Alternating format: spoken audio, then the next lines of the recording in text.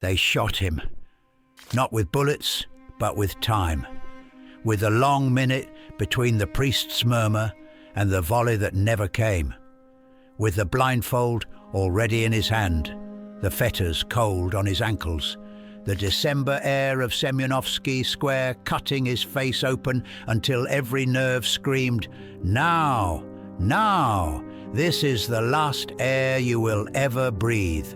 Fyodor Mikhailovich Dostoyevsky stood in the second group, not the first, close enough to see the three poor wretches led to the posts, the white shrouds tied, the drums rattling like teeth. Someone beside him was muttering a prayer.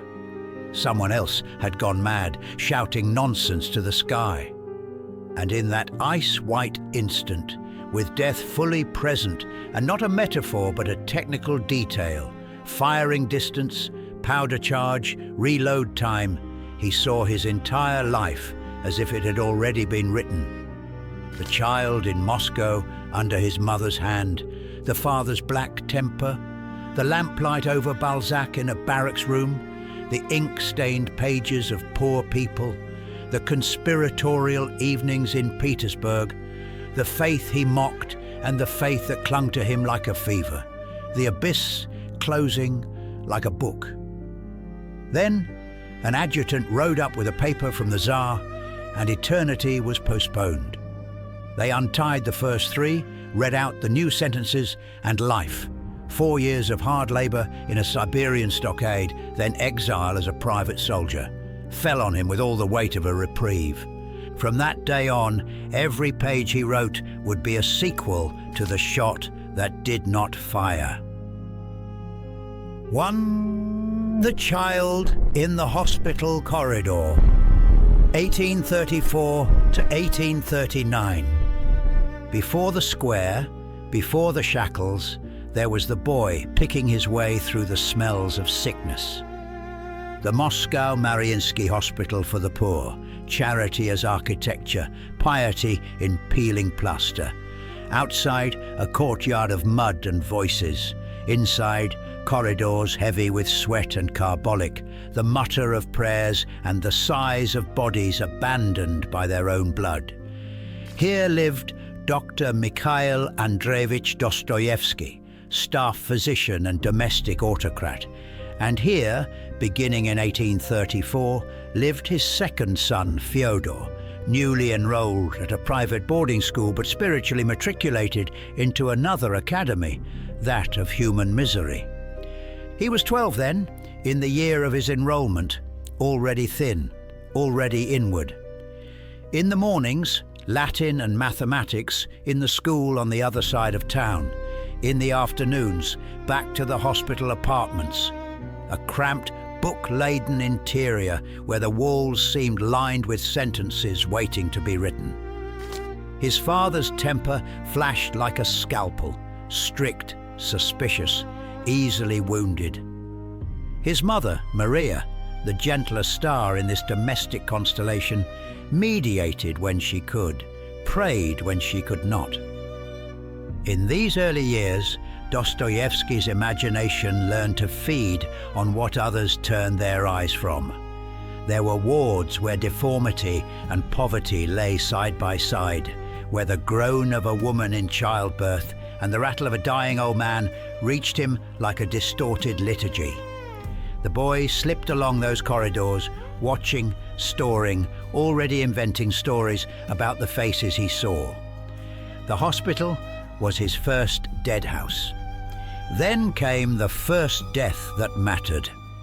On February 27th, 1837, Maria Dostoyevskaya died of consumption. She had been fading for months, the illness eating her from within, while the household whispered and the boys tried not to stare at the handkerchiefs stained with what no one wanted to name. Fyodor, 15, watched his father's helpless rage, his brother Mikhail's stunned withdrawal, the silent collapse of the fragile warmth that had held the family together. By mid-May, the father gathered his two elder sons and moved them north, like prisoners being transferred. Petersburg, that cold capital, always wet, always on the verge of freezing, where they would enter the Academy of Military Engineers. For the boy who had gorged himself on Pushkin, Schiller, and Gothic tales by candlelight, the academy was an irony too thick to swallow. Arithmetic, fortifications, drafting, no seminar on human anguish, no course on the soul. He was admitted to the second-year class. In October 1838, they made him repeat it. He had passed his exams, but there were whispers of prejudice, an examiner's dislike. He felt, with the absolute conviction of the wounded adolescent, that he had been singled out, unjustly humiliated. This is the seed of his lifelong obsession, the insult, the slight, the invisible tribunal. Before there were Raskolnikovs and underground men, there was the humiliated cadet, pacing a barracks corridor, rehearsing arguments to no one. The second death came just as the first was beginning to scar over. June 6, 1839. News reached the academy that his father was dead. The manner of that death would become legend in the family. Peasants on the tiny family estate at Darovo, driven past endurance by the doctor's severity and stinginess, murdering him in a drunken riot. The story, half rumor, half accusation, planted a poisonous seed in the son's imagination. The father as tyrant, the peasants as executioners, the simmering hatred under the surface of Russian life.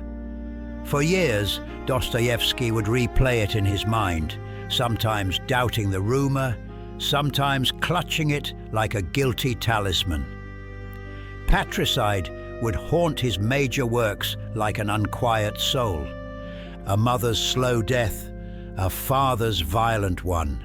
In the narrow space between those two graves, his sensibility was forged. He would forever stand at the junction of tenderness and rage. Tattoo. The engineer who could not believe in angles. 1841 to 1844. By August 1841, Dostoyevsky completed his course at the academy. Promoted to officer status, he remained for further training in the grey geometries of forts and bastions. But the real architecture he cared about was interior. Rooms lit by cheap candles, cluttered with books and manuscripts. He rented a private apartment, and there, after his classes, the double life began in earnest. By day, a second lieutenant of engineers diligently learning to calculate arcs of fire. By night, a trembling apprentice of Balzac and Hoffmann, translating, drafting, tearing up pages, learning that the city outside his window was a vast text written in human suffering. In August 1842, he passed his exams and earned the rank of second lieutenant. Somewhere between the ink of the promotion papers and the stiffness of the officer's uniform, he began working on a play. Boris Godunov, now lost. Even his first attempt clung to power and usurpation, guilt and haunted czars, the themes that would never leave him. On August 6, 1843, the Academy's course was officially completed. He began service as a full military engineer in St. Petersburg. That winter, as the Neva froze and the northern darkness thickened, he translated Balzac's Eugénie Grandet and then turned to a host of other French novels. He was poor, chronically in debt, his modest officer's pay devoured by rent, food, and the irresistible impulse to buy books. By early 1844, he was working on Eugène Sue's Matilda and various small stories that refused to be finished. In April, he began Poor People, and something in him shifted. This was no longer homage, no longer pastiche. In cramped lodgings, wrapped in a military cloak against the cold, He inhabited the lives of humble clerks and seamstresses with an intimacy that made the walls themselves seem to lean closer. Outside, Petersburg went on with its bureaucracy, its gambling dens, its prostitutes standing in snow. Inside, a young lieutenant wrote as if each sentence were the first and last chance to say what poverty felt like from within. In June and July of 1844, his translation of Eugénie Grandet appeared in Repertory and Pantheon. The money was small, but the shock was real. His words, even borrowed French ones, in print. On August 21st, he resigned from the army. The resignation took effect in October. It was a leap into the void. He was exchanging a secure insignificance for precarious genius, a uniform for a pen and a permanent shortage of coins. By March 1845, Poor People was complete.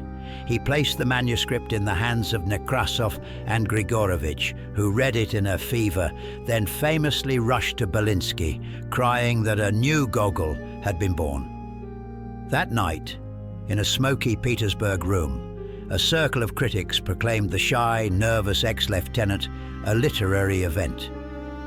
It went to his head, as it had to.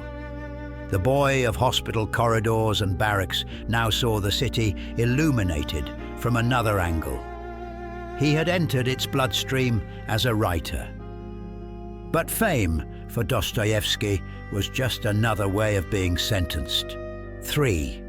Conspiracy and the Shot That Didn't Come, 1849.